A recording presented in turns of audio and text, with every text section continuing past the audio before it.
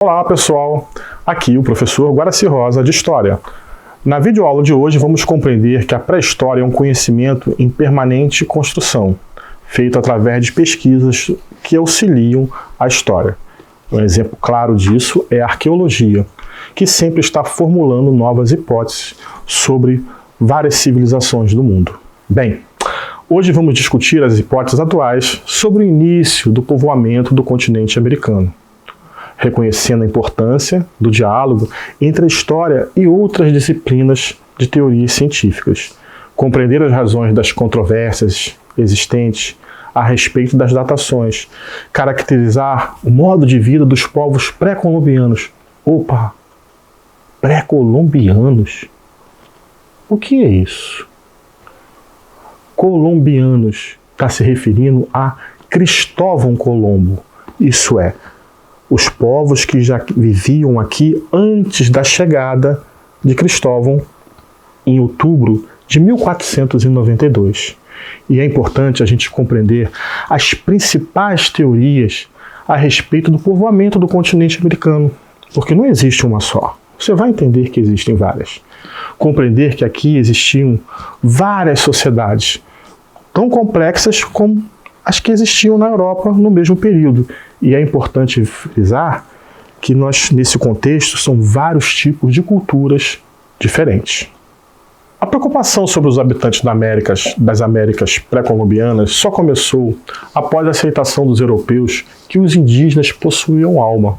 Bem, até o ano de 1540, isso é quase 50 anos que os espanhóis tinham chegado aqui, eles achavam que os indígenas, isso é, os nativos, eram selvagens.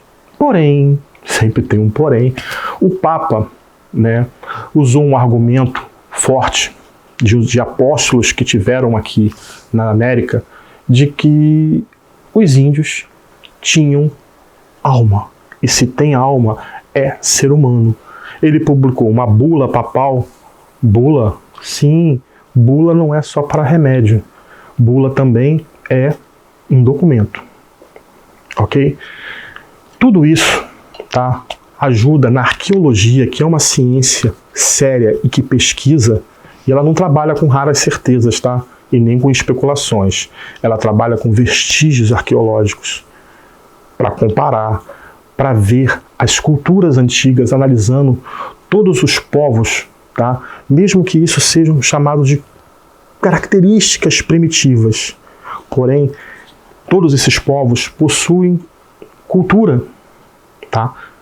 E como fazer isso? Como é que vai pesquisar algo que tem 1.000, 2.000, 3 anos, 4, 5.000 anos atrás? Você vai usar vários recursos que são chamados de técnicas. Dentre elas nós podemos citar o carbono 14, teste de DNA, etc. Bem, as principais teorias sobre a chegada do homem nas Américas, até os dias atuais, sempre vai levar em conta os seguintes pontos: origem, por qual rota, como foi e quando o homem realmente chegou na América. Vários debates rolam na comunidade científica. Várias teorias ou hipóteses, muitas sem nenhuma comprovação, outras absurdas e outras sendo seriamente analisadas. Como a descoberta de Raimundo Nonato, do Piauí, ainda que não foi derrubada, a teoria de Clovis, e entre várias outras teorias. Inclusive a rota feita através do Estreito de Bering. Mas, importante sempre frisar que todas essas teorias, todas essas formas e ideias que são faladas de como o homem chegou na América, elas têm algo em comum. E esse comum são os oceanos. Bem, principais teorias sobre a chegada do homem nas Américas. Primeiro falaremos sobre a teoria de Clovis, em que foram encontradas... Clovis? Por que Clovis? Nome de um sítio no México, e lá foram encontrados vestígios da chegada do ser humano aqui, ou melhor, que já existiam pessoas aqui há milhares de anos. Bem, teoria da chegada pelo mar.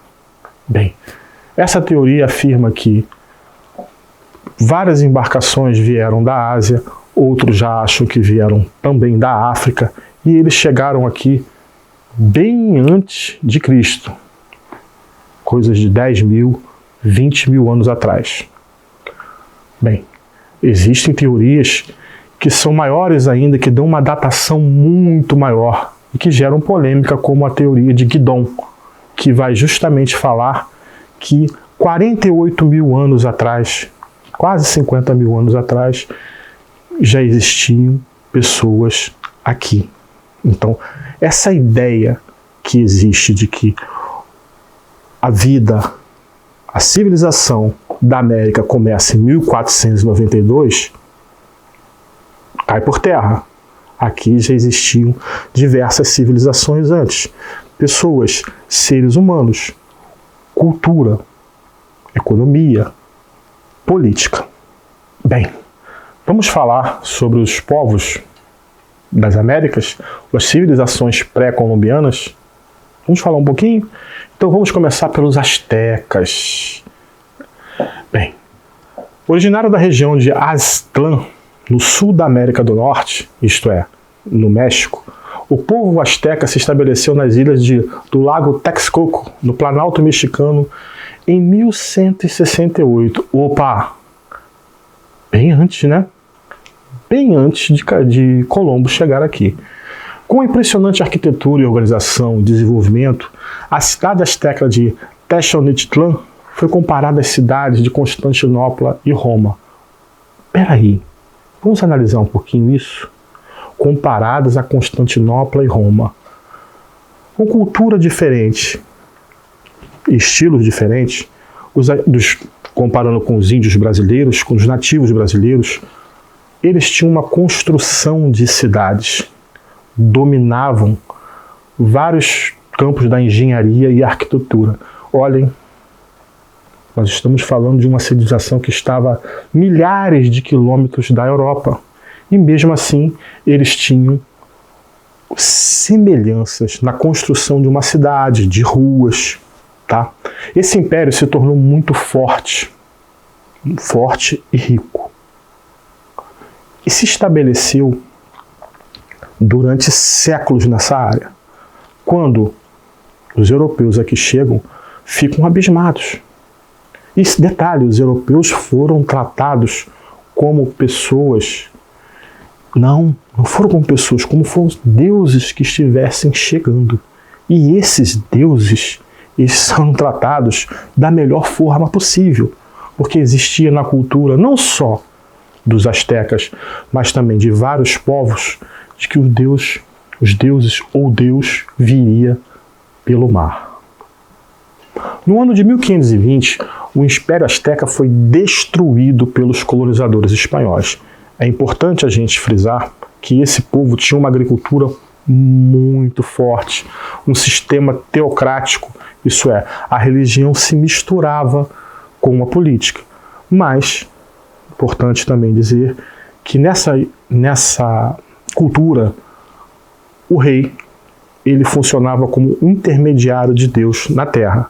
Então, a religiosidade era forte porque a população seguia o rei. Tá?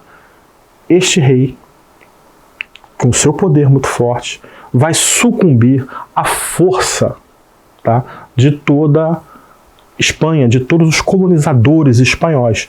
Porque por mais que eles fossem extremamente desenvolvidos, eles não detinham o poder da arma de fogo e vão ser exterminados diretamente por isso, e também, com o passar do tempo, até chegar a esse 1520, que foi a data final, pela forma indireta, através de doenças que não conheciam. Então, às vezes, uma simples gripe matava muita gente. A queda desse Império Azteca, voltando, deu-se devido a uma soma de fatores que a gente pode justamente falar do forte poder bélico e também que esse povo vai ser atacado não só pelos espanhóis, porque os espanhóis foram malandros, foram espertos, eles vão se aliar com inimigos dos astecas para justamente derrubar, sucumbir. E com isso, os espanhóis tomam conta de tudo. Detalhe importante, O povo asteca era rico, eles já conheciam, dominavam a prata, dominavam ouro. E os espanhóis vão dominar tudo isso e todas essas terras. Os maias, mais uma civilização para a gente estudar. Essa é uma das mais misteriosas civilizações que habitaram a América antes da chegada dos europeus. Eles se estabeleceram em parte na América do Norte, que é o México, né? Guatemala, gente. Belize e Honduras. Forte também na sua economia era a agricultura, uma cobrança de impostos também muito pesada e a hegemonia, isso é, a liderança política das suas grandes cidades, às vezes eram abandonadas por questões de guerra. A quantidade de informações que se tem sobre o povo maia ainda é pequena porque eles sucumbiram rapidamente. Logo após a chegada dos que já estavam com várias guerras, logo após a chegada dos espanhóis. Ao contrário dos astecas, que foi um pouco mais complicado para dominar, os astecas estavam com várias guerras internas, além de catástrofes, aquela região que eles viviam, com vários terremotos, epidemias e principalmente o declínio, isso é, a queda da sua agricultura, que era uma sociedade voltada muito para a agricultura. A sua religiosidade estava sempre muito focada no Deus Sol. E sempre achando que o rei, isso é, o seu líder, tá, era um enviado de Deus. Os europeus chegaram ali já em 1559 e já, como eu disse, com eles bem enfraquecidos, domínio fácil. Em 1697, a última cidade maia de Tayaçal é conquistada e destruída pelos colonizadores. Essa sociedade, melhor, essa cidade, era sustentada por uma forte base guerreira. Como assim? Fazia parte da cultura deles a guerra. Então o treinamento das pessoas, desde criança, era para guerra, era para conquista. Incas. A civilização inca se expandiu pela região da Cordilheira dos Andes. Então nós estamos falando de Chile, Bolívia, tá? E tinham na adoração do seu Deus, o Deus Anti, ou melhor, o Deus Inti, o Sol. E também forte na sua característica, o desenvolvimento de técnicas avançadas de engenharia e trabalho com pedras. Opa! Por que trabalho com pedras? É importante você frisar que eu falei inicialmente cordilheira. Cordilheira é o quê? Um complexo de montanhas. Então você tem que ter uma engenharia, uma arquitetura diferenciada. Você não está num lugar de planície. Bem, os Incas foram uma complexa civilização que se desenvolveu nessa América do Sul e eles são originários, tá, de uma região entre o lago Titicaca e a cidade de Cusco, no Peru. A economia estava sempre baseada no Ayllu. E isso é uma espécie de comunidade agrária, onde a ponta disso tudo, principal, era o milho, que era a base dessa produção agrícola. Claro, também tinha batata, tinha tomate, tinha abóbora, mas a agricultura era extremamente desenvolvida, com a construção de aquedutos, isso é, você tinha reservatórios, e esses reservatórios de água justamente disponibilizados para as plantações em partes altas, como eu falei, terraços, com vários canais de irrigação. Veja bem, quando eu cito que eles eram bem diferenciados na sua engenharia, volto a afirmar, justamente por estar numa cordilheira. Então, os estudos e tudo que eles apresentavam com relação à sua agricultura, o requisito básico era pensar que tudo estava no alto. Então, para você irrigar é diferente, para você plantar é diferente, todo o processo é diferente. Uma curiosidade, em 1908, depois de centenas de anos, ninguém sabia mais que existia, surge a cidade de Machu Picchu. Nas aulas, o professor com certeza vai citar esse exemplo para vocês com grandes detalhes. Ok? Pessoal, na aula de hoje estudamos as civilizações pré-colombianas. Volto a afirmar para vocês, para ficar bem claro, civilizações pré-colombianas são aquelas que já existiam aqui antes da chegada de Colombo, tá? Falamos também dos aspectos de suas culturas no campo da política, economia e sociedade em geral. Nós falamos de pessoas, civilização de pessoas, seres humanos. Os nativos e os índios têm que sempre ser olhados dessa forma. Seres humanos, pessoas que possuem cultura, organização social, mesmo que você discorde da forma que era, mas sempre leve em conta que são seres humanos. Obrigado à atenção de todos e um forte abraço.